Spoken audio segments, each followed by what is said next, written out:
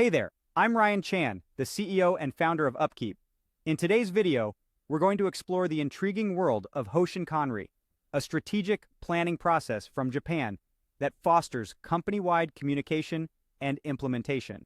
By the end of this video, you'll have a solid understanding of this 7-step process, which is centered on a unified strategic vision. We'll delve into what Hoshin Kanri actually means, break down each step of the process, and even discuss some tools to help you implement it. So if you're looking to bring about significant positive change within your organization, stay tuned. Let's dive into the fascinating world of Hoshin Kanri. So what exactly does Hoshin Kanri mean?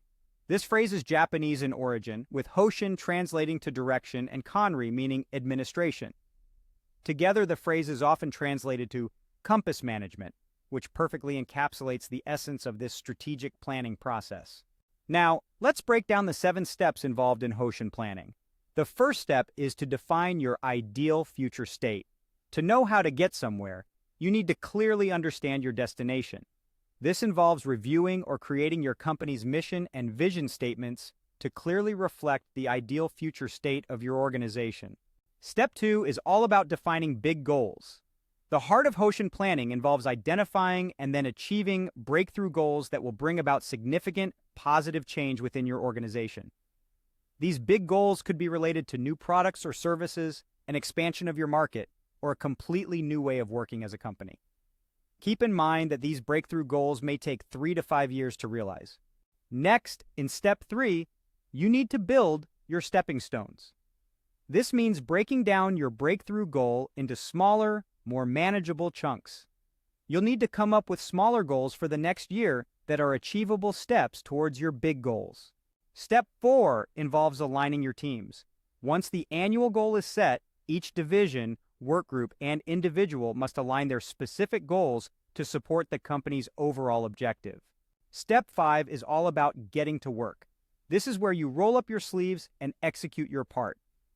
Various tools, software, and other processes may play a major role at this stage. The goal of this step is to ensure that all divisions and employees are making the progress they need to be making on a daily, weekly, and monthly basis. In step 6, you need to take a monthly pulse. As everyone is working toward the same goal, it's important to check in on a monthly basis to ensure that progress is being made.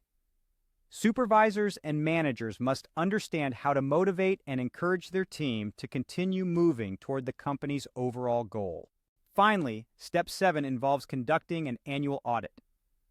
At the end of the first year, be sure to take a complete audit of what was expected and what was actually accomplished. If all went as planned, the process is repeated for the second year with a new short-term goal. If it didn't, the goals need to be reassessed and adjusted as required. Now, you might be wondering, what is a Hoshin Kanri matrix? This is a 1-page matrix document that illustrates these 7 steps, giving your company the ability to see your overall goals, midterm goals, and individual initiatives in one place.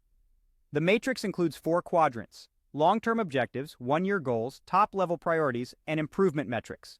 The most critical components of the matrix are represented in the center of the diagram, while the execution details surround that central goal.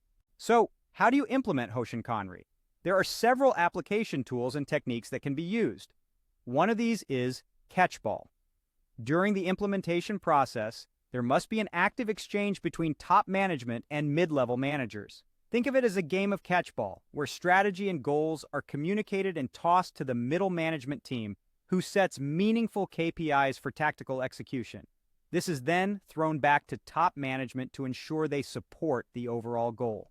Another way to implement Hoshin Kanri is through A3 reporting. This is a 3-stage system where the feedback loop is not back and forth, but cyclical.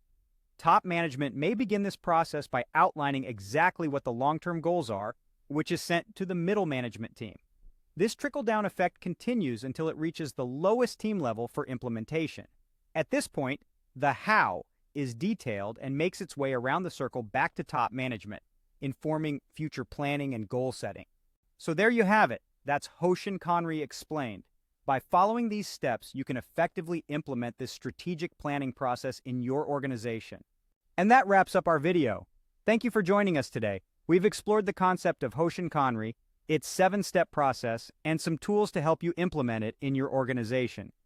If you found this information helpful, please subscribe to our channel for more insightful content. For further details, visit our website at upkeep.com. Remember, your journey to strategic success starts with a single step. Take that step with Upkeep. Until next time.